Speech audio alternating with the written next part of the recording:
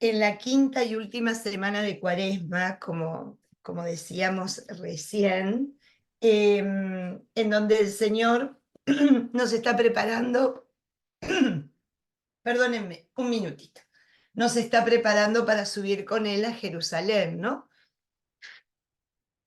Para que podamos acompañar desde el corazón nuevamente a este Dios que durante la semana de la pasión lo que muestra es una pasión infinita por cada uno de nosotros, ¿no?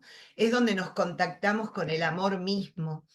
Así que qué bueno que esto que queda, que es hoy miércoles, jueves, viernes, el sábado, que entremos a Jerusalén con una disposición, atrevernos, animarnos a recibir todo el amor que Dios tiene preparado para nosotros. Creo que es donde más tenemos que trabajar, no tanto en lo que nosotros hacemos, en lo que nosotros manifestamos, en lo que nos proponemos en relación a Dios, sino en tanto y en cuanto la apertura a todo lo que Él constantemente nos da y que en la Semana Santa queda como expuesto, ¿no? Se vuelve a recordar, se vuelve a contemplar, se vuelve a adorar. Que no sea un tiempo de tristeza, de angustia, de congoja, que realmente nos sobrepase la alegría inmensa de sabernos profundamente amados, profundamente redimidos, ¿no? Para que realmente pueda lograrse en nosotros la voluntad de Dios, ¿no? Que seamos plenamente felices descubriendo dónde radica la verdadera felicidad de nuestra vida. Así que bueno, tenemos unos días todavía. Si a lo mejor estuviste un poquito distraído, con mucha cosa, hablábamos recién antes de empezar la grabación, que son épocas un poquito convulsas, donde tenemos un montón de actividades, familiares, con los niños que algunos se están recibiendo en los distintos niveles, otros que están regresando del college, otros que están con los famosos exámenes, en fin, son épocas donde el descanso, digamos que no es lo que abunda, pero por lo menos aprovechemos esto que queda de esta semana, además de preparar a lo mejor algún viaje que probablemente estén pensando hacer, también meternos y sumergirnos en este viaje tan amoroso y profundo de lo que es el Señor dentro de nuestro corazón. Ya va a descender el Señor, ya va a entrar el Señor con todo su esplendor, con toda su persona y con toda su vida este domingo, donde al entrar en Jerusalén no quiere nada más ni nada menos que entrar a nuestra vida, que no vivamos la Semana Santa sin Él. Por eso entra, para que no la vivamos sin Él. No lo podemos dejar afuera. Entonces, dispongámonos, porque acuérdense que estos tiempos fueron dados para nosotros. Dios no necesita nada. Si existe un calendario de repetición, de recurrencia, de rememorar y conmemorar y volver a pasar por el corazón, es para nuestro beneficio, no el de Él. Nos tenemos que convencer que la variable está en Él, no en mí. El centro es Él, no yo. Yo soy invitada por un infinito amor, invitada por un infinito amor, no obligada, no compulsada, no empujada, sino invitada a recibir todo lo que hay preparado para mí. Que no me lo pierda. Pidámosle al Señor eso, que no nos lo perdamos, que realmente sea un momento de disfrute, un momento de gozo, un momento donde realmente estemos donde estemos, acá o en el lugar que decidamos estar, podamos contactar con lo que nos es dado, que muchas veces pasa por alto, ¿no?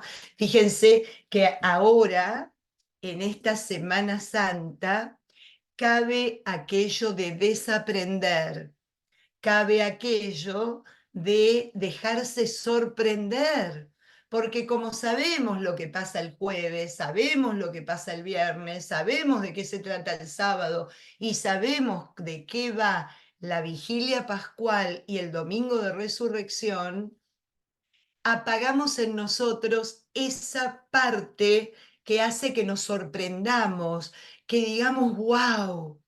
Bueno, les deseo, me deseo, nos deseo que sea como si fuera la primera Pascua, como si fuera la primera, que realmente nosotras seamos las sorprendidas en la puerta de un sepulcro que probablemente sea la parte muerta en nosotros, la esperanza muerta en nosotros, esta esperanza muerta de ver tanta noticia mala todo el tiempo. Bueno, en la puerta de ese sepulcro que descubramos que está corrida la piedra, para que realmente pase algo diferente en nuestra vida. El Señor pasó por esto para nuestro bien, no lo desaprovechemos. Así que este sea nuestra oración en esta mañana, en este miércoles, en este quinto miércoles del tiempo de Cuaresma.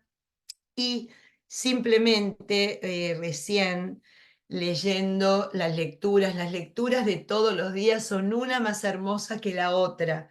No dejen de leer, si no pueden ir a misa, lean la palabra del día, ¿no? Porque realmente son lecturas que a veces únicamente en este tiempo se leen, como por ejemplo el lunes que se leyó la historia de Susana, uno de los relatos griegos de Daniel. Realmente lecturas que nos llevan a esto. Y desde el lunes que el Señor nos invita a meditar y a pensar en la verdad en nuestra vida, en una vida verdadera, en una vida plena en la verdad, ¿no? Y hoy, fíjense qué cosa más hermosa en el Evangelio, que es en el capítulo 8 del Evangelio según San Juan, dice: si ustedes permanecen fieles a mi palabra, serán verdaderamente mis discípulos. Conocerán la verdad y la verdad los hará libres. Imagínense, qué belleza. Vuelvo y repito, lo que Dios nos da siempre es para nuestro beneficio. Y ahora nos está regalando la verdad es Él, la verdad es conocerlo a Él, la verdad es experimentarlo a Él, es seguirle a Él, es tratar de ser Él en mí y yo en Él. Y de esa experiencia, meternos, pero de cabeza, en lo que es la verdadera libertad. Todo el mundo habla de la libertad, la libertad, la libertad, pero ¿qué es la libertad? ¿Qué es la libertad? ¿De qué se trata la libertad? Bueno, acá hoy lo dice: conocer la verdad, y la verdad es la que realmente nos va a hacer libres a todos. Pidámosle al Señor en esta última semana de Cuaresma que siempre estemos abiertos a la verdad, que es estar abiertos a Él, y que seamos capaces de vivirla, que seamos capaces de testimoniarla, que seamos capaces de defenderla, ¿no? De anunciarla, de no temer, ¿no? Que no hagamos lo de Pedro en esa noche tan oscura, no en el sentido de Juan de la Cruz, sino oscura por la oscuridad que le presentó a él, ¿no? El dolor que le produjo a él en el corazón, de sabiendo cuál es la verdad y poder celebrarla y vivirla, la negó. Y no la negó una vez, sino tres. Así que pidámosle al Señor que nos regale esa gracia para poder vivir en plenitud lo que tiene reservado para todos nosotros. Amén. En el nombre del Padre, del Hijo y del Espíritu Santo. Amén. Bueno, ¿qué preparamos hoy? Algunas cositas. Como se va a ir repitiendo constantemente, más o menos vamos a entrar, acuérdense que estamos leyendo la carta, la segunda carta, que comienza en el capítulo 7 hasta el capítulo 14, y que es fruto de cuestionamientos o dudas que tiene la comunidad de Corintio y que le hace al apóstol. Entonces, si ustedes recuerdan, simplemente para ponernos a todos en tema, en el capítulo 7, ustedes recordarán que ahí queda manifiesto, que ahí empieza otra respuesta distinta. Capítulo 7, versículo 1. Acerca de lo que me escribieron sobre ta, ta, ta, ta, ta, ta, ta, y es ahí como se dan cuenta los biblistas que comienza otra carta distinta a la que estábamos leyendo con anterioridad, que terminamos con el tema de la resurrección. ¿Se acuerdan? También habíamos empezado esta y habíamos llegado hasta el comportamiento entre los cristianos, dar testimonio de amor, dar testimonio de corrección fraterna, de comunión, de unidad en la diversidad. Vamos ahora a pasar un poquito al capítulo 9, porque Pablo en el capítulo 9, en el capítulo 8 va a hablar sobre algo que, claro, era muy común en aquella época.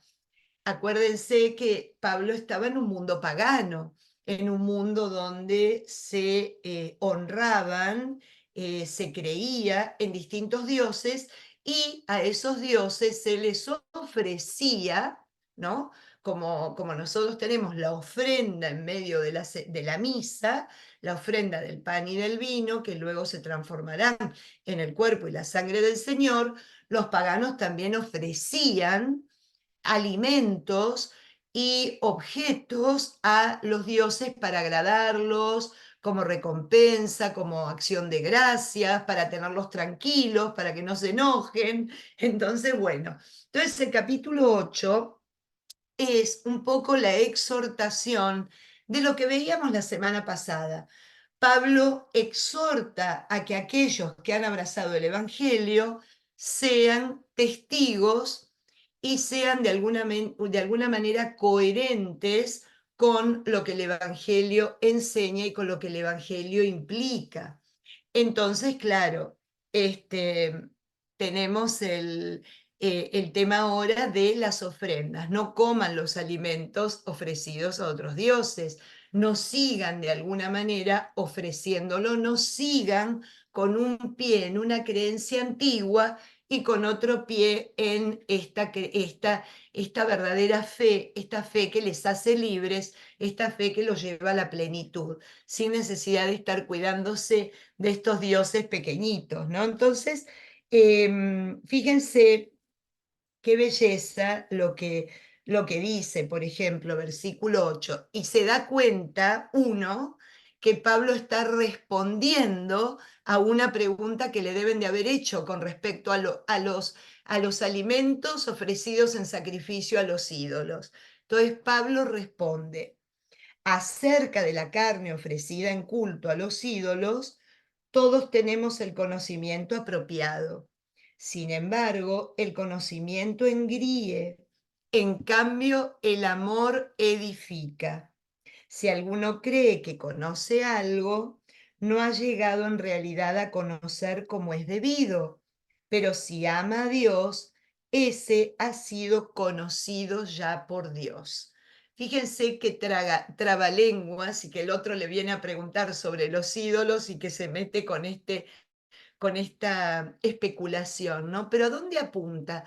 Recuerden que los corintios tenían una mirada sobre sí mismos un tanto exacerbada, ¿no? Se consideraban tremendamente inteligentes, cultos, poderosos, porque habían indagado y porque tenían un nivel en todas las áreas altísimo, casi inigualable con otras comunidades.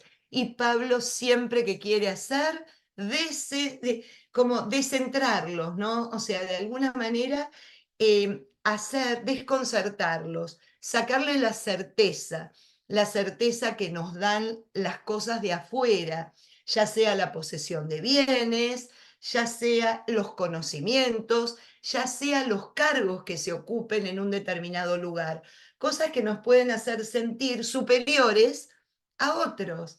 Entonces me encanta, porque dice, bueno, si alguno piensa que conoce algo, bueno, empiece de nuevo, porque no es así, ¿no? Y conocer siempre va a ser en referencia no tanto a algo intelectual, sino a algo más de orden experiencial. Acuérdense que cuando habla de conocer, habla de experimentar.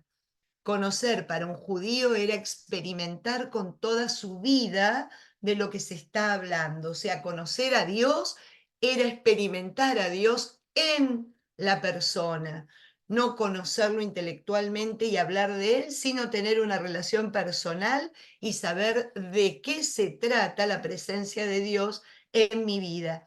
Entonces, ¿qué concluye Pablo? Eso es inabarcable. Eso es constante y permanente. Mientras viva, voy a tener necesidad de seguir conociendo a Dios, de seguir buscándole, de seguir queriendo entrar dentro del misterio y vivirlo como tal, ¿no? O sea, desconcertarlo. Pablo tiene esta actitud con ellos y con nosotros también. Tantas veces nos sentimos hechos, satisfechos, que llegamos, que ya estamos en un punto, especialmente los que ya tenemos un poco más de canas, como que ya todo lo vivimos, que ya todo lo experimentamos, que qué vamos a conocer de nuevo, que qué puede haber algo por ahí que no hayamos vivido. Pues miren, hasta el último segundo, cuando uno vive de esa manera abierta al misterio, abierta a esta revelación constante del amor de Dios, eso es inagotable. Ahí es a donde los quiere llevar Pablo, a esta gente tan segura de sí mismos, ¿no? Luego empieza con la carne de los ídolos, etcétera, etcétera. Vamos a ver en el capítulo 9 de qué nos habla Pablo. Pablo hace toda una declaración, hace un discurso, si se quiere, a través de la carta, toda una reflexión sobre lo que era el servicio que realizaba él como apóstol. A ver, a los filósofos, a los que eran, digamos, cabeza de las corrientes filosóficas y de las escuelas que habitualmente asistían estas personas para aprender, para discutir, para encontrar la verdad, ¿no? La búsqueda de la verdad, de eso se trata la filosofía, había que pagarle al filósofo que estaba a cargo. En otro caso, si había otro centro de atención, incluso espiritualmente hablando, había que sostener al que estaba a cargo de ese centro, de ese lugar. Pablo, ¿qué dice?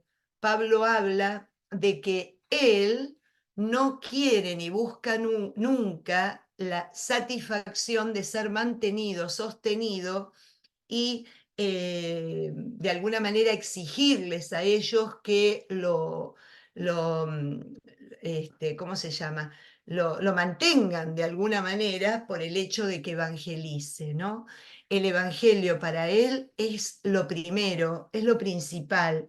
Y acá encontramos el famoso discurso de ay de mí si no evangelizara, ¿no? Entonces de eso habla el capítulo 9. Vamos a ver vamos a ver de la manera que lo hace, que es espectacular, cómo la reflexión mete ahí todo lo que es el conocimiento profundo de la sabiduría, de la filosofía y de esa formación que Pablo traía incluso por su formación judía, ¿no? Dice, no soy libre, no soy apóstol, ¿acaso no he visto a Jesús nuestro Señor? ¿No son ustedes el fruto de mi trabajo en el Señor? Si para otros no soy apóstol, sin duda lo soy para ustedes. El sello de mi apostolado en el Señor son ustedes. Les quiero aclarar que Pablo es a la única comunidad que le habla tanto de su apostolado, porque ellos de alguna manera lo ponen en duda. Eh, lo, lo, no lo toman como tal, ¿no? Medio como que lo rebajan en su condición de apóstol. Y es donde más vamos a escuchar a través de las cartas que él defiende su condición de tal, elegido por Cristo para evangelizar. Entonces, por eso dice esto que acabamos de leer. Esta es mi defensa contra aquellos que me acusan. ¿Acaso no tenemos derecho a comer y beber? ¿No tenemos derecho a ser asistidos por una mujer creyente, tal como los demás apóstoles y los hermanos del Señor y Cefas? Cefas es Pedro, ¿no? ¿O es que solo yo y Bernabé estamos obligados a realizar otros trabajos? ¿Cuándo se ha visto que un militar pague los gastos de la guerra? ¿Quién planta una viña y no come su fruto? ¿O quién apacienta su rebaño y no se alimenta de su leche? ¿Estoy hablando de estas cuestiones solo por razones humanas? ¿Acaso no es la misma ley la que lo dice? En efecto, en la ley de Moisés está escrito, no pondrás bozal al buey que trilla. ¿Es que a Dios le preocupan los bueyes? ¿O en realidad lo está diciendo por nosotros? Por supuesto que está escrito para nosotros, porque es justo que tanto el que ara como quien trilla lo hagan con la esperanza de recibir su parte de la cosecha. Si nosotros sembramos en ustedes bienes espirituales, ¿sería mucho pedir que cosechemos de ustedes bienes materiales? Si otros tienen ese derecho entre ustedes, ¿no nos corresponde a nosotros con más razón? Sin embargo, no hemos usado ese derecho, al contrario, soportamos lo que sea con tal de no poner obstáculo al Evangelio de Cristo. ¿No saben que el templo sustenta a quienes ejercen funciones sagradas y los que sirven al altar participan de lo que en él se ofrece? Así también el Señor ordenó que quienes anuncian el Evangelio vivan del Evangelio. Por mi parte, yo nunca he hecho uso de esos derechos. Sí, con mucho gusto. Es capítulo 9, versículo 15 en este momento. Yo nunca he hecho uso de estos derechos, ni escribo esto con el fin de reclamarlos. Prefiero antes morir que nadie va a privarme de este motivo de orgullo. Sin embargo, anunciar el Evangelio no es para mí motivo de orgullo, sino un deber que me encargaron. Y ay de mí si no anuncio el Evangelio. Si lo hago por mi propia iniciativa, ya tengo mi salario. Y si lo hago forzado, de todos modos, es un oficio que me confiaron. Pero entonces, ¿cuál sería mi salario? Precisamente anunciar gratuitamente el Evangelio sin hacer uso del derecho que me da el mismo Evangelio. Fíjense qué fuerte en una comunidad donde muy probablemente todos ellos, al estar tan acostumbrados a asistir a escuelas, a círculos filosóficos, deberían de pagar su buena cuota para el maestro, el filósofo o aquellos que les enseñaran y les transmitieran sus conocimientos, ¿no? Entonces aquí el Señor dice, no, el evangelio que se me confió yo no puedo dejar de darlo. ¿Y cómo lo voy a dar? Lo anunciaré gratuitamente, renunciando al derecho que el mismo Jesús dice. Cuando lleguen a una casa, acepten que le den. Ustedes coman de lo que les den, porque todo trabajador merece su salario, ¿no? Lo dice en los discursos apostólicos después de enviar a los discípulos, los discursos misioneros, ¿no? Después de enviar a los discípulos de dos en dos, que vayan a anunciar el reino de los cielos. Bueno, Pablo renuncia a esto, renuncia de una manera consciente y especialmente a los corintios, que viven poniéndole obstáculos a cada cosa que realiza y en cada momento que se pronuncia. Aunque soy libre y de nadie dependo, sin embargo me he hecho esclavo de todos con tal de ganar a todos. los que pueda. Me hice judío con los judíos para ganar a los judíos. Me sometí a la ley con los que están sujetos a la ley. Yo, que no estoy sometido a ella, para ganar a los que están sujetos a la ley. Me comporté como quien no tiene ley con los que no tienen ley. Yo, que no estoy sin ley de Dios, sino que bajo la ley de Cristo, para ganar a quienes no tienen ley. Me hice débil con los débiles para ganar a los débiles. Me hice todo para todos con tal de salvar a toda costa a algunos. Y todo lo hago por el Evangelio, para participar de sus bienes con ellos, ¿no? Esto que hoy día está tan clarito en los documentos de evangelización. Me viene a la cabeza Evangelii Gaudium, ¿no? En donde tenemos que llegar a todos los ambientes, a todas las personas, con empatía, con un ánimo más de acompañamiento que de estar señalando el camino que a nosotros nos parece que debe seguir cada uno. Eso es realmente una descripción de lo que es el evangelizador actual, un auténtico acompañamiento del hombre. Se camina al lado, como Felipe al lado del carro del eunuco. Pero ¿cómo? ¿Nadie te lo explicó? Bueno, acá estoy, pero siempre atento a la necesidad del que se acompaña, ¿no? Ese tiene que ser el objetivo del evangelizador. Lo dice con claridad Evangelii Gaudium. La nueva manera de evangelizar en estos tiempos es acompañando espiritualmente a aquel que lo necesita, aquel que lo busca, ¿no? Entonces, miren qué bonita la explicación que nos hace aquí San Pablo al respecto. ¿No saben que de todos los que corren en una competencia atlética, solo uno se lleva el premio? Corran de tal manera que lo obtengan. Todos los atletas se imponen una dura disciplina. Ellos lo hacen para llevarse una corona que se marchita. Nosotros, en cambio, una que no se marchita. Por mi parte, yo corro, pero no sin rumbo, y lucho, pero no dando golpes al aire, sino disciplinando mi cuerpo y sometiéndolo, no sea que después de haber predicado a todos, yo mismo quede eliminado, ¿no?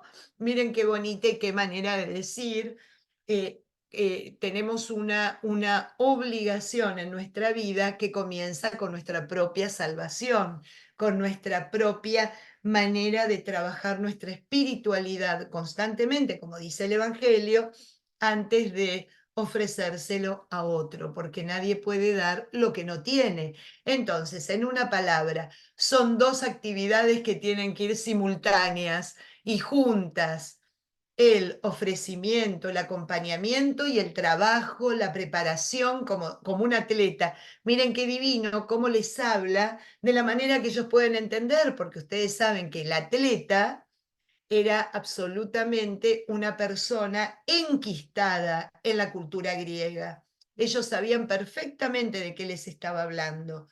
¿Y a qué se somete un atleta? Un atleta no es un crack tirado en la cama todo el día comiendo y mirando televisión. Estoy hablando en tiempos modernos, ¿no? Sino que es alguien que se somete a una disciplina. Bueno, el evangelizador también cuenta con la gracia de Dios, pero también Dios cuenta con su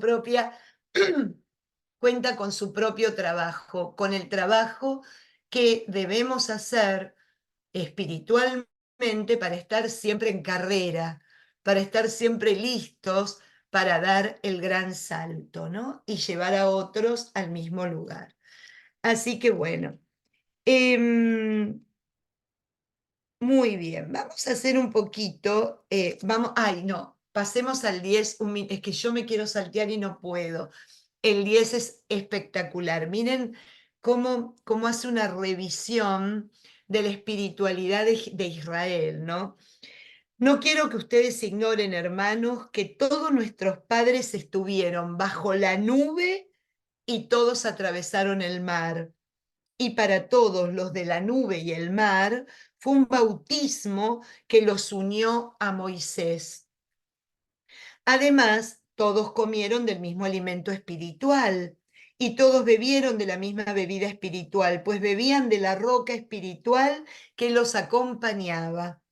Y esa roca era el Mesías.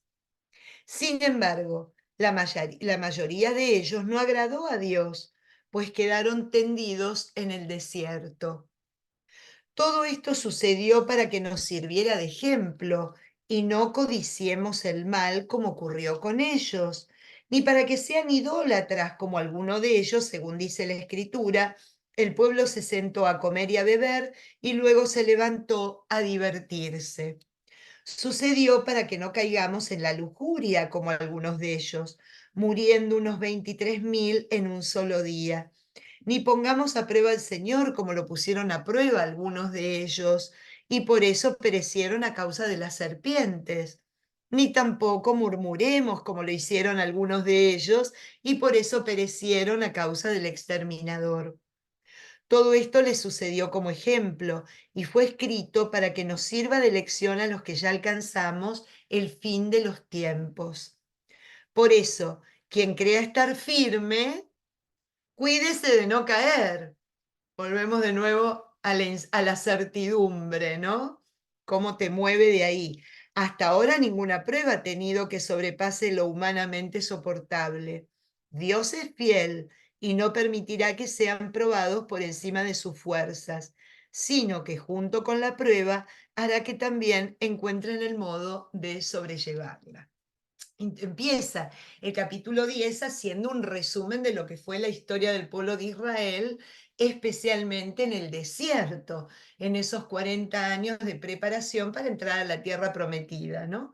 Pero qué maravilla, porque a donde arriba es al mismo tema que sigue sosteniendo. No se duerman en los laureles, no sea cosa que tengan la falsa sensación de que ya está, ya conocimos, ya participamos, ya nos bautizaron, ya resucitamos, que era un poquito la idea que tenían y lo que hace Pablo es justamente llevarlos a que vivan la fe como un proceso vital, no como una adquisición temporal, como una adquisición, como algo que me caracteriza, no, es un proceso vital que se va dando hasta el final de mi vida y constantemente tengo que estar abonando, trabajando y observando para que no decaiga, para que no se haga una fe de pacotilla, ¿no? Una fe insulsa, sin la sal que habla el Evangelio.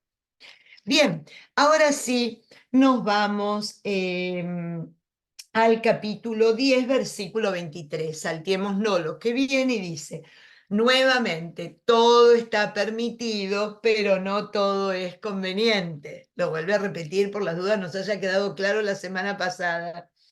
Todo está permitido, pero no todo edifica.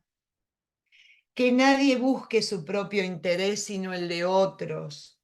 Coman de todo lo que se vende en el mercado sin plantearse problemas de conciencia, porque del Señor es la tierra y todo lo que la habita. Si un no creyente los invita a comer y decide ir, coman de todo lo que les sirvan sin plantearse problemas de conciencia.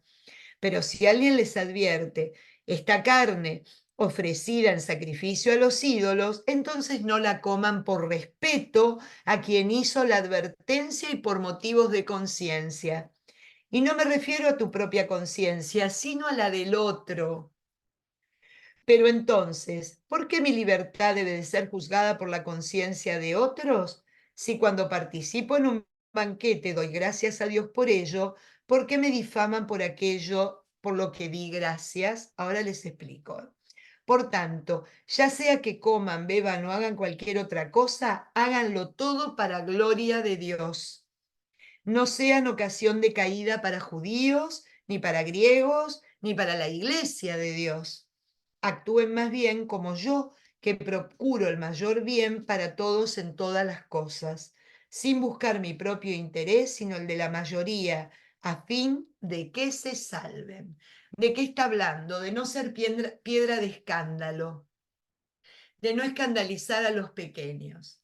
Que si uno está, por ejemplo, con una persona que acaba de vivir su conversión, ¿no? de acompañarla en ese proceso. Sabemos que los neos conversos son tremendamente fervorosos y son muy puntillosos y tienen presente absolutamente todo lo que hay que hacer, lo que hay que decir, lo que no se puede, lo que sí se puede. De lo que habla Pablo es no los escandalicen. Por ellos, por eso dice, por la conciencia de los otros, respetarlos y acompañarlos. Fíjense que en todo yo veo el clarísimo ejemplo de un acompañante espiritual. Todo lo hago para llevarlos al bien, todo lo hago para que alcancen la salvación, ¿no? Por eso se pone de ejemplo, que muy pocas veces lo va a hacer, pero cuando lo hace de manera concreta, sin buscar mi propio interés, sino el de la mayoría, a fin de que se salven. Ese es el objetivo y la misión de San Pablo. Sigan mi ejemplo como yo sigo el de Cristo. En definitiva, sigan a Cristo. O sea, si mi ejemplo no es el de Cristo, no lo sigan, pero mi ejemplo trata y es el del Señor, ¿no? Eso es un poco lo que está mencionándolo. Bien, fíjense que en el capítulo 11, versículo 17, vamos a encontrarnos con algo muy bonito. Y déjenme decirles algo. Nos vamos a encontrar en esta semana que nos estamos preparando para la próxima, la celebración del Jueves Santo de la Última Cena, y de la institución eucarística como la del sacerdocio, acá en el capítulo 11 de la primera carta a los Corintios encontramos el primer documento de toda la cristiandad que da testimonio de cómo fue la institución eucarística por parte de Jesús. Es el primer testimonio. Todos los evangelios vienen con posterioridad a esto. Y fíjense el detalle que va a contar Pablo, que es lo que habitualmente escuchamos en cada misa. Esta es la primera institución, la primera cena y la primera fórmula. Hay 4 fórmulas eucarísticas y esta es una de las que se utilizan constantemente, cotidianamente, para la institución eucarística. Al continuar con las instrucciones, no puedo felicitarlo, el versículo 17, ¿no? Capítulo 11 por sus reuniones, las que causan más perjuicio que beneficio. Es duro con sus corintios, es duro. En primer lugar, tengo información de que cuando se reúnen en comunidad hay divisiones entre ustedes. Y en parte lo creo, porque hasta es conveniente que haya disensiones para que salgan a la luz los de verdadera virtud. Y es que ya no se reúnen para comer la cena del Señor, porque cada uno se adelanta a comer su propia cena y mientras uno pasa hambre, el otro se emborracha. Fíjense ustedes lo que está señalando, ya algo que para la comunidad cristiana es insostenible, la diferencia de clases, la diferencia de oportunidades, y que Pablo, ante la celebración de la Eucaristía, no puede permitir semejante separación, que mientras unos llegan satisfechos, los otros no tienen ni siquiera nada para poder apagar el hambre que tienen en su cuerpo, ¿no? Entonces ya les llama la atención, porque tiene que ser coherente y tiene que haber una común unión en todo lo que se viva y en todo lo que se practique. Entonces, fíjense cómo sigue. ¿Es que no tienen su propia casa para comer y beber? Parece que incluso en los lugares de congregación hacían y llevaban adelante esa diferencia, sin invitar a los que no podían ni siquiera tener la capacidad de recibir lo mínimo, ¿no? Para comer. ¿O es que quieren menospreciar a la iglesia de Dios y avergonzar a los que no tienen nada? ¿Qué puedo decirle? ¿Felicitarlos? En esto no los felicito, ¿no? Bien claro y contundente. Y acá viene la parte más bonita. Porque yo recibí de parte del Señor aquello que les he transmitido, a saber, que el Señor Jesús, en la noche en que iba a ser entregado, tomó un pan, pronunció la acción de gracias, lo partió y dijo: esto es mi cuerpo que entrego por ustedes. Hagan esto en memoria mía. Después de cenar hizo lo mismo con la copa, diciendo: esta copa es la nueva alianza sellada con mi sangre. Cada vez que la beban, háganlo en memoria mía. Por eso, cada vez que coman de este pan y beban de esta copa, anuncien la muerte del Señor hasta que Él vuelva. Es la parte más tomada, recitada y usada en la celebración eucarística. Es el único lugar donde encontrarán, hagan esto en memoria mía, como memorial. Fíjense, es la primera vez que queda escrito esto que para nosotros es el centro de la celebración eucarística. Estamos ante algo muy revelatorio y y muy emocionante a su vez, ¿no? Porque hasta el día de hoy, quien fue a misa ya o quien va ahí, va a escuchar esta misma fórmula que Pablo usa en la carta a los Corintios, más fidedigna de la que van a hablar los evangelios con posterioridad. Imagínense que estamos hablando de una carta de alrededor del 50, 56, 57, o sea, el primer evangelio 75, o sea, viene 20 años antes, casi, de que apareciera a la luz el primer evangelio escrito, ¿no? Así que fíjense con qué belleza tener este testimonio en una de las cartas paulinas. Por tanto, quien coma el pan o beba de la copa del Señor sin tratar con la debida dignidad el cuerpo y la sangre del Señor se hará culpable, ¿no? De ahí la necesidad de estar preparados, no de cualquier manera, recibiendo al que se da para quedarse y permanecer en nosotros, ¿no? Fíjense de dónde viene. Cada uno, pues, examínese a sí mismo antes de comer el pan y beber la copa, porque quien come y bebe sin discernir de qué cuerpo se trata, come y bebe su propia condenación, ¿no? O sea, estar ahí por estar, no, realmente es estar consciente. Fíjense cómo empezó esta disertación en el capítulo 11, hablando de una desigualdad. A ver, esto es importante, esto habla de una coherencia, esto habla de tener conciencia que recibir a Cristo es vivir como Cristo, es tener los mismos sentimientos de Cristo, es no participar de un rito, sino que es encontrarme con alguien que viene a transformar mi corazón hasta el día de hoy. Fíjense qué importante es esto. Hay veces que nos preguntamos, ¿qué texto podemos usar para la Eucaristía? Anótenlo los catequistas. Carta 1 de Corintios, capítulo 11, desde el versículo 17 hasta el final del capítulo. Es es una auténtica enseñanza sobre la Eucaristía y sobre el cómo debemos recibirla. Este es el motivo por el cual hay entre ustedes muchos débiles y enfermos, e incluso de que tantos mueran. Si nos examináramos bien a nosotros mismos, escaparíamos del castigo.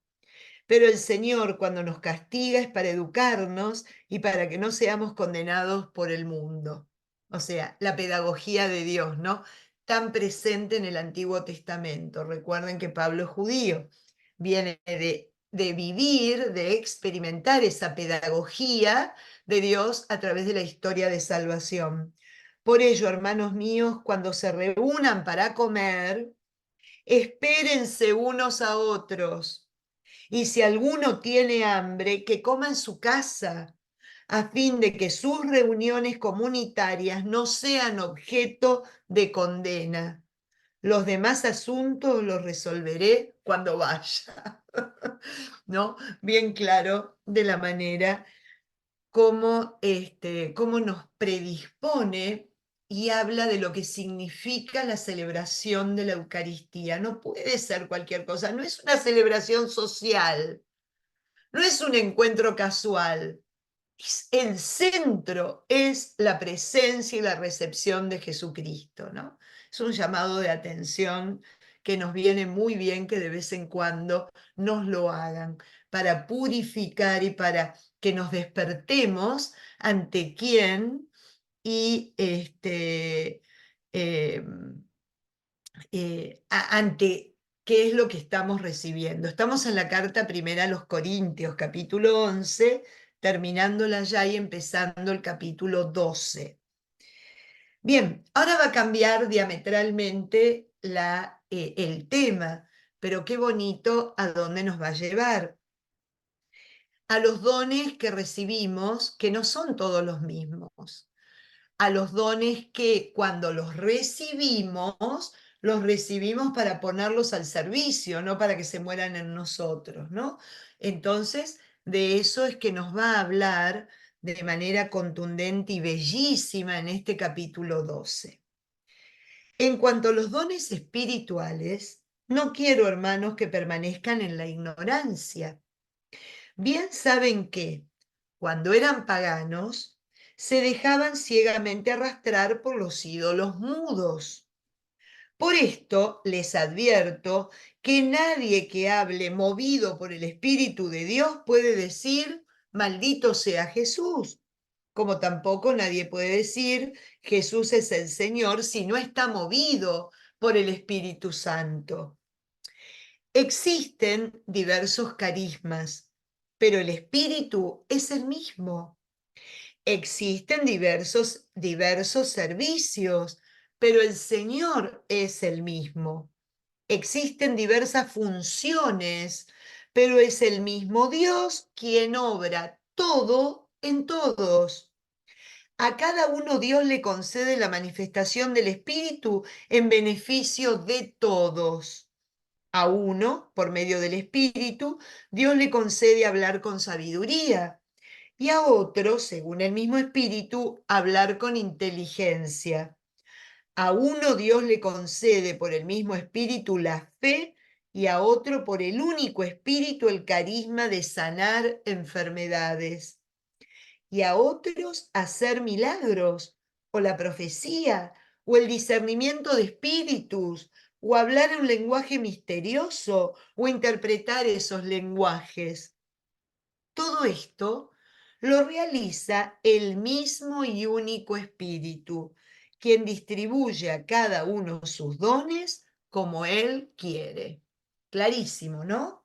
Fíjense, acá pone en igualdad, porque cada uno cumple la función de acuerdo al don que recibe y la igualdad la da el bien común.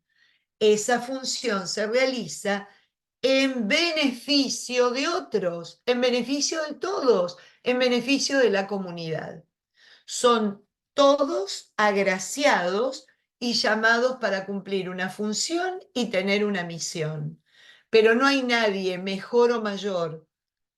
Es claro esto, ¿no? Porque nos cuesta. Siempre nos parece que alguien, porque nos deslumbra, uy, cómo predica este padre, qué maravilla, qué... Bueno, el otro tendrá la función de asistir a los pobres, el otro tendrá la función de organizar, el otro tendrá la función incluso hasta de sanar, no solo el cuerpo, sino el alma, con un buen acompañamiento, con un buen consejo. Todos somos importantes para Dios, porque todos los que estamos acá, los 32 que estamos acá en esta mañana y los que luego nos escucharán, a cada uno el Señor le dio un don. Está en uno descubrirlo. ¿Para qué? No para decir qué bueno el don que tengo, sino para ponerlo al servicio, porque de eso se trata. Sigue hablando Pablo. Así como el cuerpo es uno y tiene muchos miembros, todos los miembros del cuerpo, aun siendo muchos, no forman más que un solo cuerpo. Así también Cristo. En efecto, todos nosotros, judíos o griegos, esclavos o libres, fuimos bautizados en un mismo espíritu para formar un solo cuerpo y todos hemos bebido de un solo espíritu. Así también el cuerpo no está formado por un solo miembro, sino por muchos. Si el pie dijera, como no soy mano, no formo parte del cuerpo, ¿dejaría de ser por esto parte del cuerpo?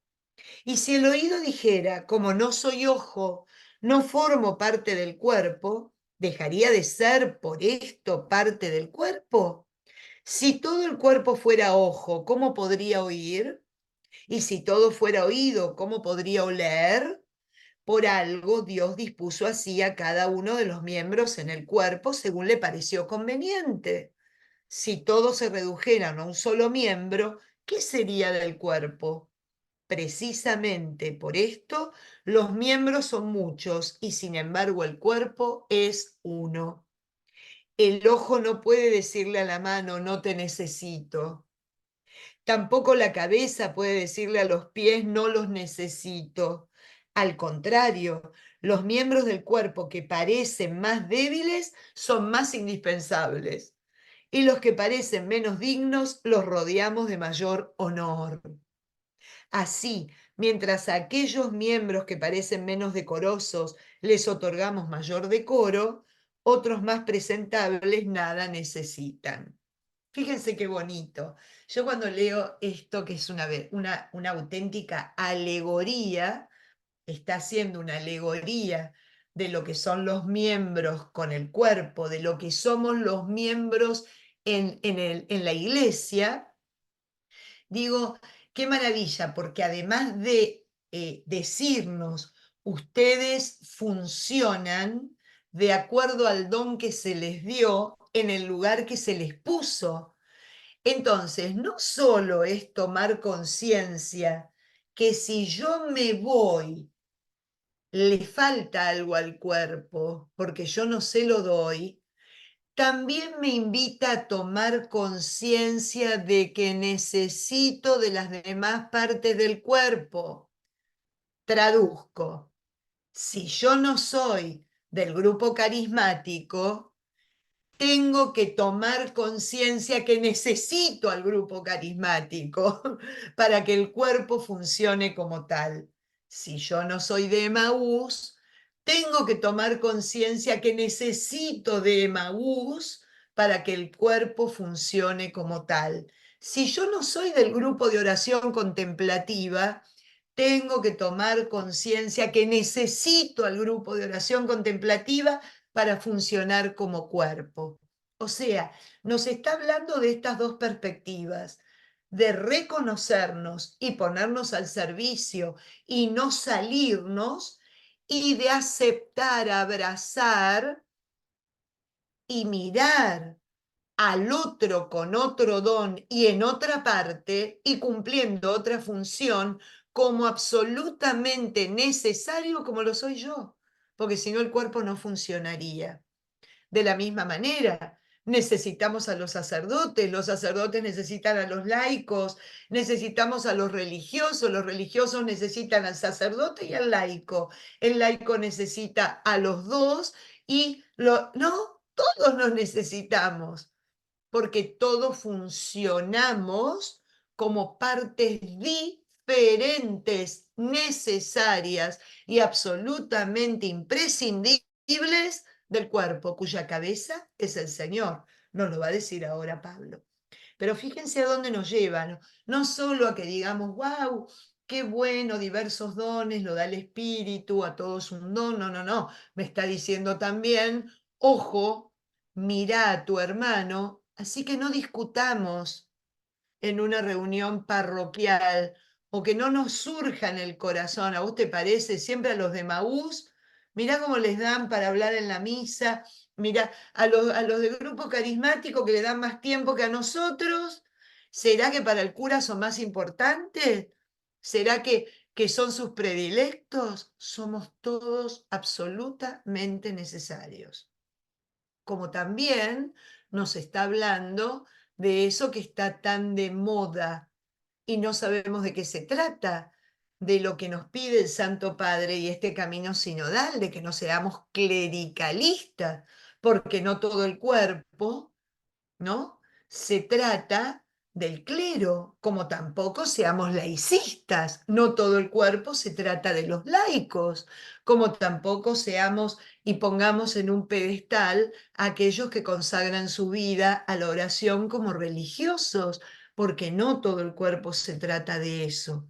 ¿De qué se trata? Que todos caminemos juntos, realizando cada uno la tarea que se nos convocó. Eso sí, laicos, despertémonos, porque somos, como nos dice Pablo, miembros vivos de un cuerpo vivo, que lo que no hagamos nosotros y dejemos de hacer, se deforma, el cuerpo no funciona bien.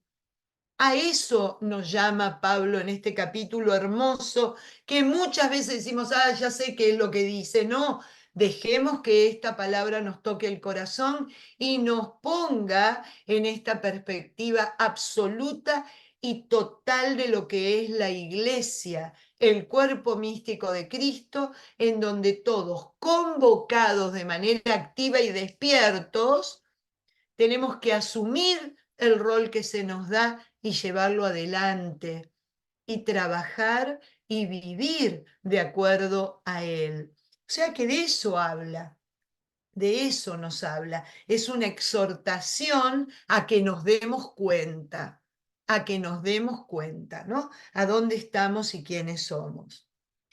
Más aún, Dios organizó el cuerpo dándole mayor honor al que más lo necesitaba, para que no haya divisiones en el cuerpo, de tal manera que los miembros se preocupen igualmente unos por otros, todos, de modo que cuando un miembro sufre, todos los miembros sufren con él. Y cuando un miembro recibe honores, todos los miembros se alegran con él. Pues bien, ustedes son el cuerpo de Cristo y cada cual uno de sus miembros. Dios dispuso a cada uno en la iglesia así. En primer lugar están los apóstoles, en segundo los profetas, en tercer lugar los maestros, enseguida vienen los que tienen poder de hacer milagros, luego los carismas de curación de enfermedades, de asistencia a los necesitados, de gobierno y de hablar el lenguaje misterioso. ¿Acaso son todos apóstoles? ¿Acaso profetas o maestros? ¿O todos pueden hacer milagros? ¿O todos tienen el carisma de curar enfermedades? ¿O hablan todos un lenguaje misterioso? ¿O todos interpretan esos lenguajes? Prefieran los carismas más valiosos, ¿no?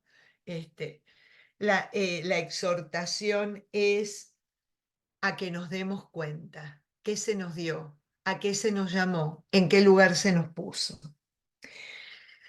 Uy, bueno, llegamos al capítulo 13.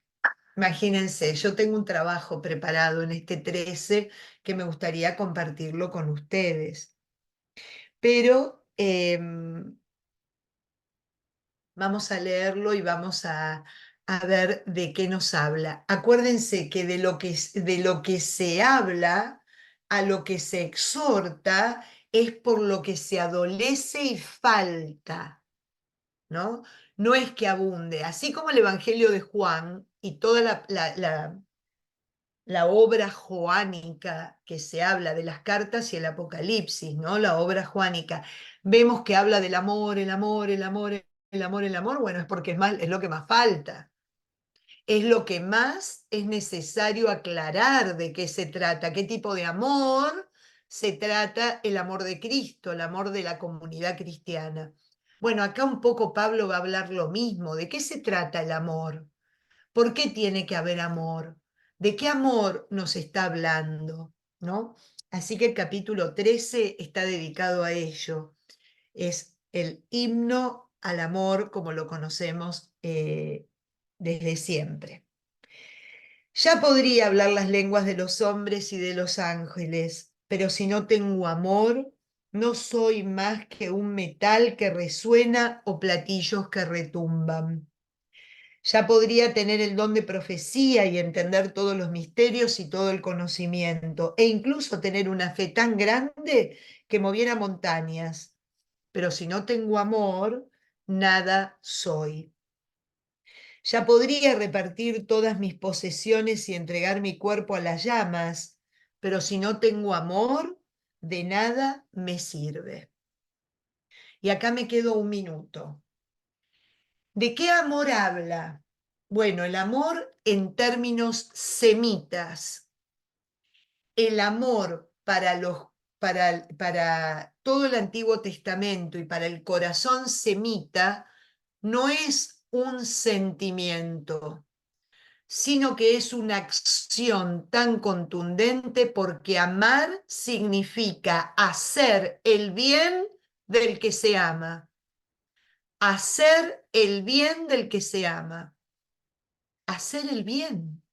Es un amor agapé, es un amor que se parte y se reparte, es un amor que se da sin límite. ¿Por qué? Porque se busca hacer el bien del que se ama. De ese amor habla Pablo, porque yo me puedo destacar en todas las disciplinas y adquirir todos los grados de teología dogmática, mística, pastoral, bíblica, todo, empapelar este lugar en donde estoy ahora. Pero si en mi corazón no está el deseo ferviente de hacer el bien al otro y buscar el bien del otro, de nada vale, cristianamente hablando, todo lo que pueda dar y todo lo que pueda obtener, aún con el don que me fue dado, porque el don siempre me viene de Dios. Pero el don, si no se basa en el deseo de hacer el bien, puede ser usado como un signo de poder, puede ser usado como un signo de soberbia, puede ser usado incluso como un signo de hacer que todos dependan de ese don que Dios me dio y yo convencerles que sin mí no pueden vivir. Eso no es amar. De eso habla Pablo. Ojo evangelizadores, ojo apóstoles, ojo profetas, ojo maestros, ojo aquellos que tienen el don de atender a los pobres y de sanar enfermedades. Porque si todo ese don no está en el inmerso, en la ofrenda de generar el bien, ese don claramente puede llevar al mal, al que lo ejerce y al que lo recibe. O sea que tenemos permanentemente, como dice San Juan de la Cruz, examinarnos en la capacidad de cómo amamos. A mí me gusta esta pregunta: ¿desde dónde hago lo que hago? ¿Desde dónde? ¿Y cuál es mi objetivo al hacer lo que hago? De eso habla Pablo, de que constantemente examinemos nuestra conciencia y nuestro corazón, porque a lo mejor esto que alcancé, este puesto que logré, que me dieron, que me ofrecieron como servicio, no es un servicio a la comunidad, sino que es un servicio que la comunidad tomo para que me sirva a mí, como un servicio personal, como yo en el spotlight y no la comunidad y Cristo en medio de ella. ¿Se entiende? A eso habla Pablo. Esto no tiene nada de romántico. Yo cuando alguna amiga mía está ya en los tiempos de casarse los hijos, ¿no? Nosotros ya no son tanto los que se casan, sino los que casan a los hijos y ya dentro de poco a los nietos.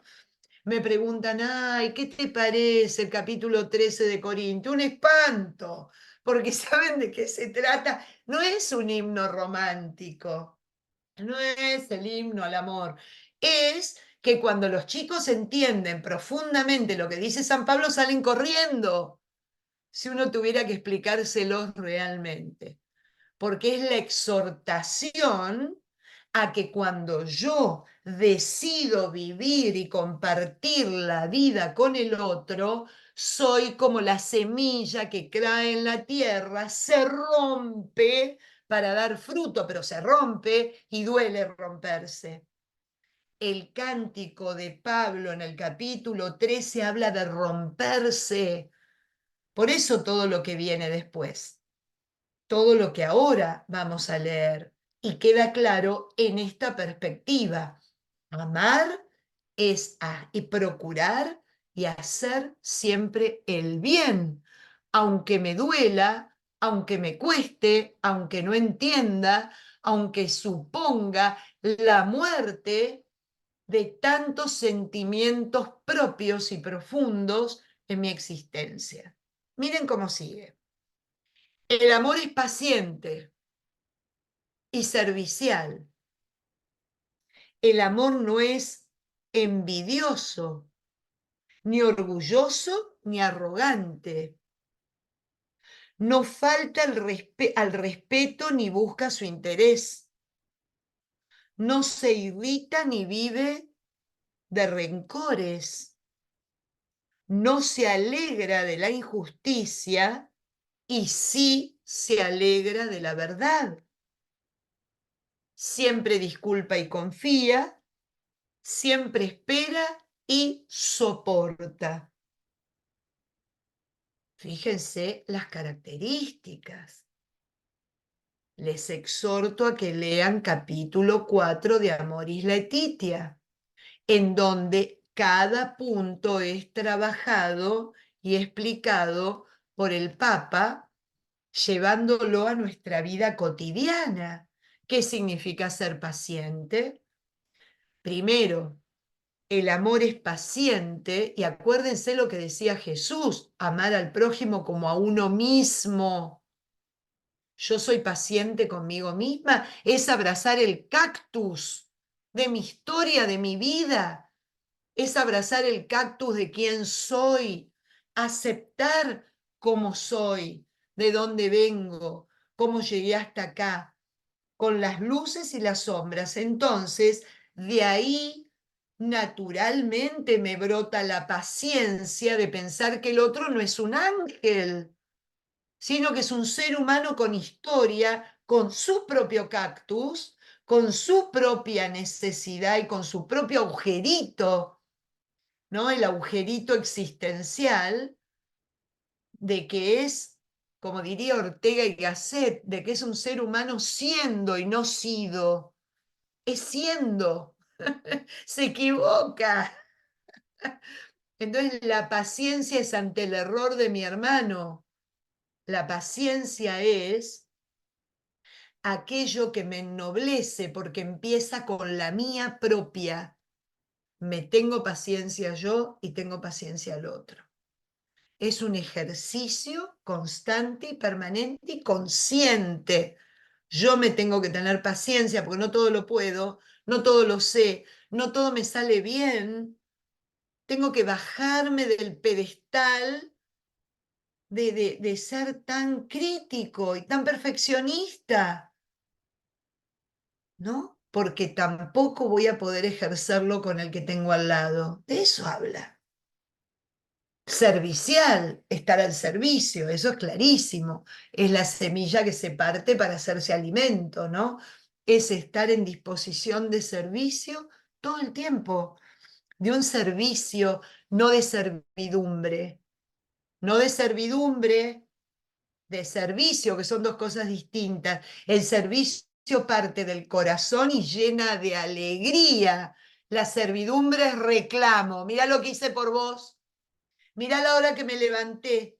Agotada como estoy, te hice, le pasamos toda la factura. Ahí estamos actuando como servidumbre, no como servicios, no como servidores. Servidumbre, no. Servidores, sí. No es envidioso.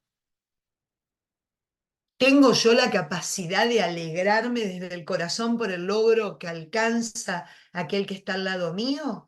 ¿Por el logro profesional? ¿Por el logro personal? ¿Porque se planifica? ¿Ayudo a eso? ¿O me da un poquitito de bronca? Especialmente nosotras, ¿no? Hay veces que... Y yo me tuve que quedar tantos años en casa, que tuve que abandonar mi carrera, abandoné la diplomacia, encima me tuve que venir a vivir a un país que nada que ver con el mío. ¿Cómo es el sentimiento? Pero está buenísimo que lo contactemos, porque todo lo que contactamos es la enfermedad que le presentamos al Señor. Redimila, Señor, sanala, dame fuerza, no sé, no puedo, me puede, Señor, ayúdame en esta. Es importante que lo vayamos examinando desde nosotros.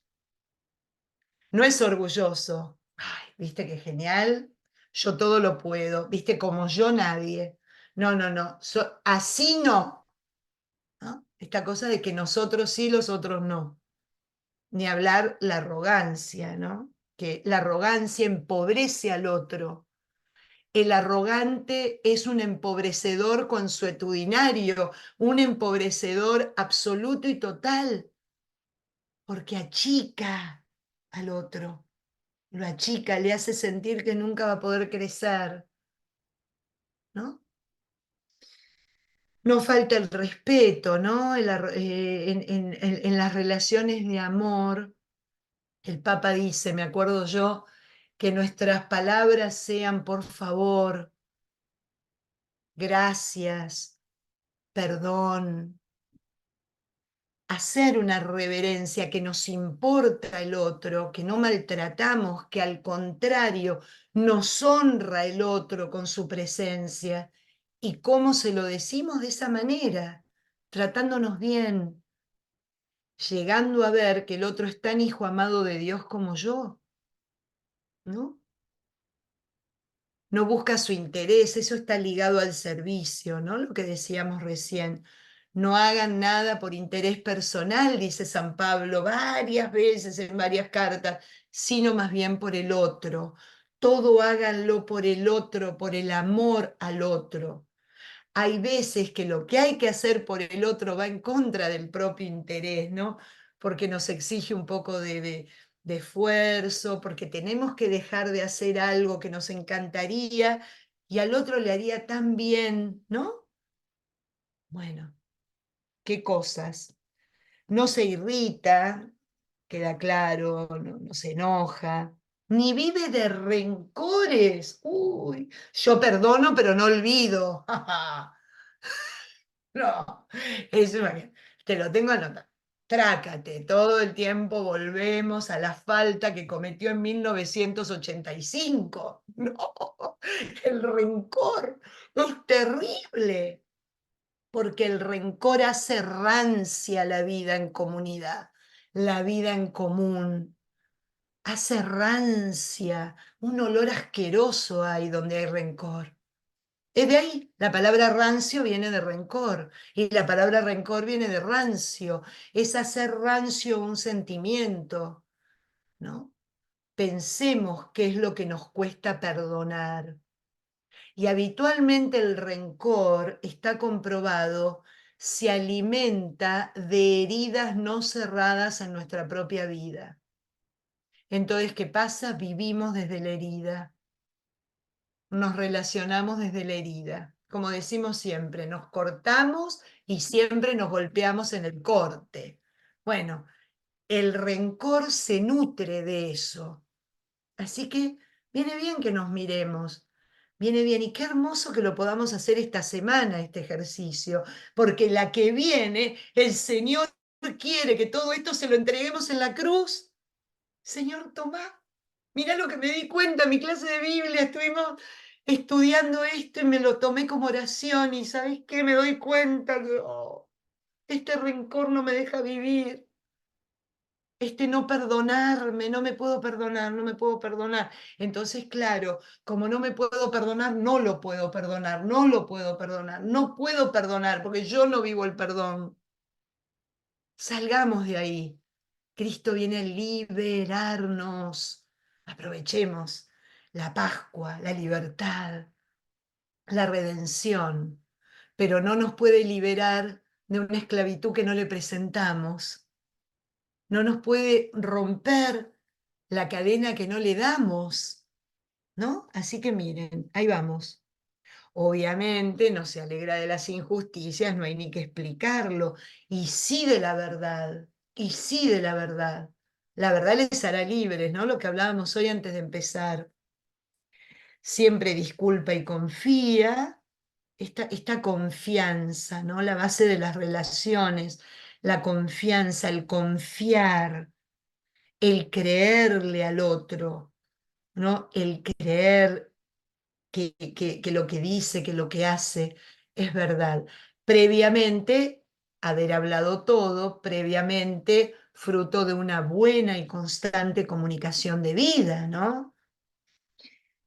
Siempre espera y soporta, la espera como esperanza. Y el soportar, no soportar cualquier cosa, no está hablando de, bueno, yo soporto que me maten a palos, no, no está hablando de eso, no está hablando de que tengo que soportar el maltrato, no, no, no, no, no, estamos hablando de algo sano, ¿no? Estamos hablando de un ambiente sano. Soportar es que se lleva junto, se soporta, se sostiene junto lo que haya que soportar, lo que haya que llevar, porque uno solo no puede, ¿no?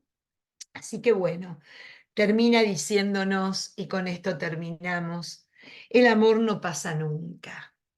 Se terminará el don de profecía, cesarán los lenguajes misteriosos, el conocimiento se acabará. Solo conocemos y profetizamos de modo imperfecto, pero cuando llegue la plenitud, lo imperfecto terminará. Como cuando era niño, hablábamos como niño, sentíamos como niño, razonábamos como niño, pero cuando nos convertimos en adultos terminamos con las cosas de niños. Si ahora vemos confusamente como por un espejo, entonces veremos cara a cara. Si ahora tengo un conocimiento imperfecto, entonces conoceré tal como Dios me ha conocido. Ahora permanecen estas tres cosas: la fe, la esperanza y la caridad, o el amor. Pero de todas ellas, la más sublime es el amor. ¿Por qué? Porque el amor es de Dios, porque el amor es Dios. Porque cuando vivimos en el amor, vivimos en Dios y Dios vive en nosotros. Y es una tarea constante, permanente, es un ejercicio como el del atleta que nos hablaba Pablo hace un ratito. Así que bueno, la verdad que el Espíritu Santo quiso que termináramos acá y me parece extraordinario para poder tener material en la Semana Santa, para poder apropiarnos y hacer que pase todo esto por nuestro corazón. Amén. ¿Alguna pregunta, comentario? Amén. Hortensia. Ah, No, creí. no, dije amén. Amén, ok, ok. No, escuché algo, pero pensé, pregunta, comentario, dudas. Patricia, esta última parte que leyó, yo me acuerdo todavía en el matrimonio, es la epístola que le leen a uno cuando se casa. Claro, Entonces, como que sí está uno a tono con, con las responsabilidades que trae el matrimonio, ¿no? exactamente. El otro Exactamente. punto que, el otro punto que me parece difícil de lo que de lo que tú comentas es el perdón y el olvido. Yo Mm, creo que el perdonar es factible. El olvidar como que te hace a ti, cuando tú caes en un error, eh, recordar ese error recurrentemente, pues te tiene que mejorar en algún punto, ¿no? mm. Entonces, ahí como que disiento un poquito con lo que dices tú de, del olvido, no tanto como el rencor, sino como Ahí está. saber uno que, Claro, yo hablaba en relación a la echada en cara, ¿no? A la echada en ok, cara. A Ah, eso, a ok, eso. ok. Un poco lo hice jocosamente, esto de que perdono pero no te olvido, ¿no? O sea, que te voy a echar en cara, es en relación al otro. Estoy totalmente de acuerdo contigo, Ernesto. De hecho, que siempre ponemos de ejemplo y me miro el brazo porque de tanta planchada y de tanto horno, ya parezco que alguien se hubiese obsesionado con hacerme un dibujito en los brazos, ¿no? Porque cada plancha dejó su marca y cada horno, cuando estoy distraída y apurada, también deja su impronta. Entonces, claro, de alguna manera la cicatriz te recuerda una herida, pero hay un tema, ya no vivís desde ella. El problema es, y a lo que yo me hacía referencia, es cuando inexorablemente no podemos salir de la herida y vivimos desde ella. Porque habitualmente se entiende que cuando no podemos salir desde la herida, perdón, lo único que hacemos es relacionarnos hiriendo de alguna manera, ¿no? De alguna manera transferimos aquello que nos está pasando. Vivimos desde ahí. Y herimos, no a lo mejor de la misma manera, pero sí de mil y unas formas distintas. Por eso se hablaba yo jocosamente decía, perdoné, pero no olvidé, ¿no? Esta cosa de, efectivamente, de estar parada e instalada en el error y en el rencor, y no haberlo podido solucionar o trabajar, o al menos transformar, ¿no? Transformar en otra cosa. Así que Otra gracias. cosa, dos puntos más, Patricia. Sí, cómo no. Uno es, en la charla pasada, tú hablaste que cuando uno muere, se encuentra uno con, con los antepasados que en algún momento eh, eh, fueron al cielo también con uno. Eh, Me pasó hace poco una situación y yo le decía a la persona, yo creo que no se va a ver uno con la demás gente, sino lo que se encuentra uno mucho es con la maravilla de estar en presencia de Dios, que es como cuando va uno a un show a ver a un cantante o una actriz muy importante. Uno está atento a ver a esa persona, no está atento a estar con la persona que va con uno al evento. Mm. Entonces, sobre eso quería que me aclararas un poco ese punto. Mira, yo solo te puedo compartir lo que nosotros creemos en la iglesia. La iglesia sostiene que sí, que nos vamos a volver a encontrar con nuestros seres queridos, definitivamente. Eso es lo que habitualmente la creencia lo sostiene y lo avala. Absolutamente en presencia de Dios, pero sí vamos a poder reunirnos nuevamente con aquellos que nos precedieron. Incluso las oraciones que uno, si uno le presta atención, la oración cuando uno va y acompaña en un funeral, en una misa, la oración nos invita a que pensemos y creamos en eso. Perdón. Entonces, eso es lo que creemos nosotros como católicos, ¿no? En una comunión de tal manera de que hay una esperanza de volver a encontrarse, como dicen las oraciones de los sacerdotes, con aquellos que nos precedieron hacia la casa del Padre. Eso es más o menos algo así, es la oración que permanentemente realizan los sacerdotes cuando están en esa situación. Así que Y estaremos todos, estarás con todos los que te precedieron sentados en la misma fila, mirando el espectáculo. eso esperamos. Sí. Eso es genial, porque después del espectáculo alguna compartida va a haber, seguro. Oye, Así lo que, otro es tu venida a las charlas los viernes sí, en claro. Key que Sí, comienzan cuando. este viernes a las 10:30. Ahí está. Ok, sí, ya lo anunciaron en misa, Ay, qué pero, bueno, vamos a poder pero abrazarnos, vamos a poder vernos que tenemos piernas, porque de acá para arriba estamos seguros. nos Qué toca bueno. arreglarnos y no ir en pijama. Perfectamente, ningún problema. Gracias, Patricia. Perdón Un cariño, tan Ernesto, por larga la favor. intervención. Un placer, Ernesto, para eso estamos. Y lo que no sé lo averiguamos. Así que bueno. Bueno, amigas queridas, Tati, estás muda, no se te escucha.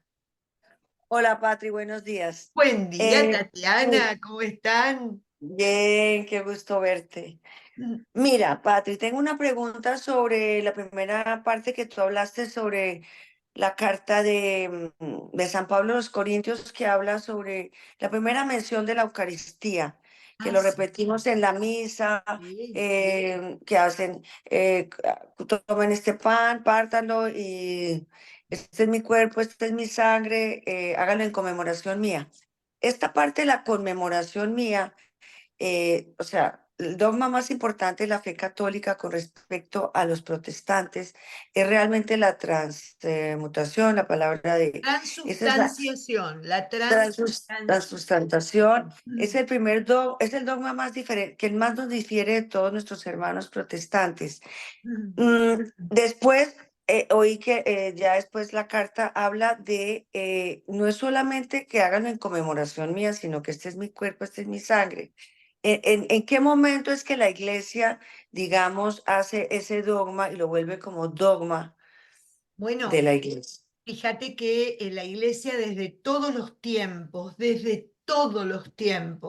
siempre a partir de los hechos de los apóstoles se señala que la comunidad cristiana se reunía el día de la resurrección del Señor a compartir el pan y la palabra, ¿no? Eso nos está indicando de que hacían lo que para nosotros sería una Eucaristía, definitivamente, desde los primeros tiempos. Lo que pasa, Tati, es que el sacramento de la Eucaristía, como el sacramento de la reconciliación, fue variando en el modo de cómo se celebra con el correr de los años. Fue modificándose la forma, pero el centro, la consagración que habla San Pablo, fue siempre absolutamente la misma y por fe nosotros creemos que desde siempre hubo transustanciación, desde el principio, del mismísimo momento en que el Señor la instituyó. ¿Y en qué momento nuestros hermanos protestantes se separaron de ese dogma? Bueno, cuando ellos se separan de la iglesia en el siglo XVI, en el siglo XV, ya al haberse separado, consideraron que no hay presencia real, no hay presencia real, sino que hay conmemoración, hay como una celebración de lo que el Señor hizo. Se repite el gesto y se recuerda al Señor y se obra de la manera que Él lo hizo con sus amigos. Ellos no creen en que exista realmente en el pan la presencia real de cuerpo, alma y divinidad como nosotros lo creemos. ¿En qué creen ellos?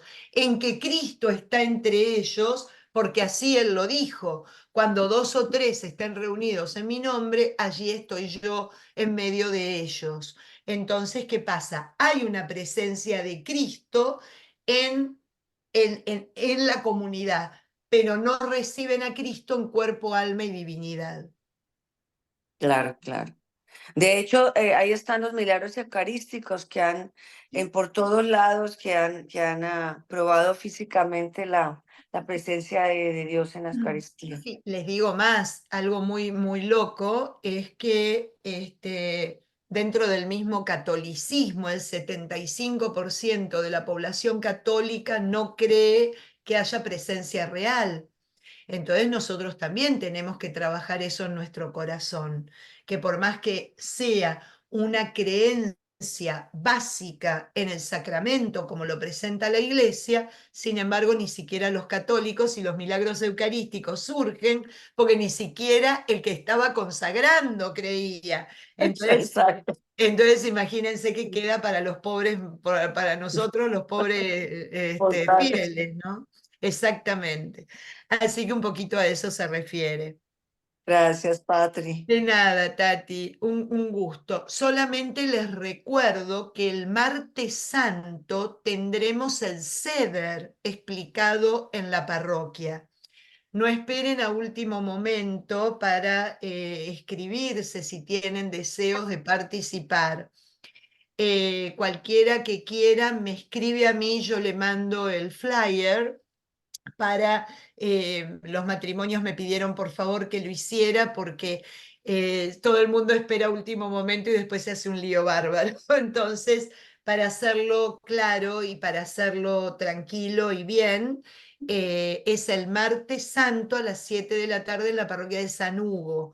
Me tienen que escribir antes porque necesitan inscribirse con anterioridad a ir para poder hacerlo bien. Acuérdense que es con cena, hay cordero, hay de todo, entonces no da lo mismo cocinar para 200 que cocinar para 100. Entonces por eso se necesita vender con anticipación las entradas, simplemente para asegurar que la persona viene y no dilapidar la comida luego, ¿no? Así que eso era lo que les queríamos comentar también. El sábado también va a haber una reflexión en San Hugh, por si alguno no estaba presente para la preparación de la Semana Santa. Vamos a estar reunidos desde las 8 de la mañana hasta el mediodía o hasta la tarde, 2 de la tarde o 3 de la tarde, para trabajar sobre qué significa el triduo pascual. Es como una especie de retirito de mediodía nada más este sábado. Yo voy a estar dando los signos en el triduo pascual.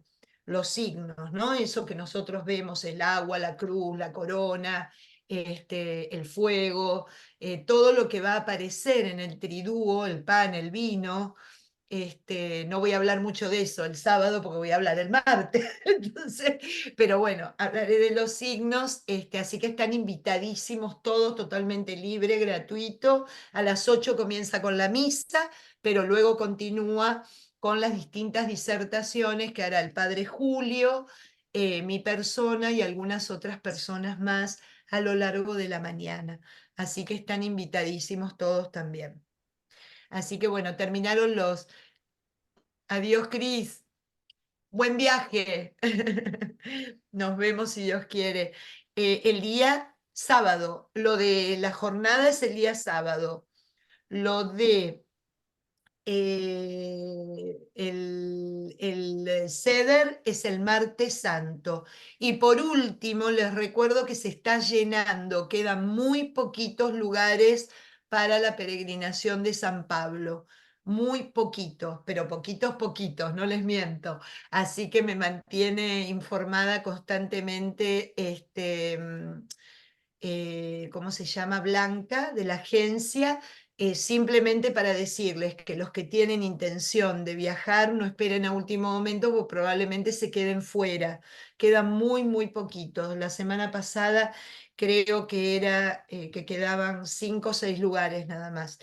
Es del 6 de octubre al 22 de octubre. Así que no dejen estar, simplemente, aunque sea ahora, lo único que tienen que hacer es señalar, dejar una seña para que se congele el lugar de ustedes. Esto es en octubre y luego se termina de abonar con el tiempo, ¿no? Pero por lo menos para que no se queden afuera, si es que tienen deseos de hacer la peregrinación.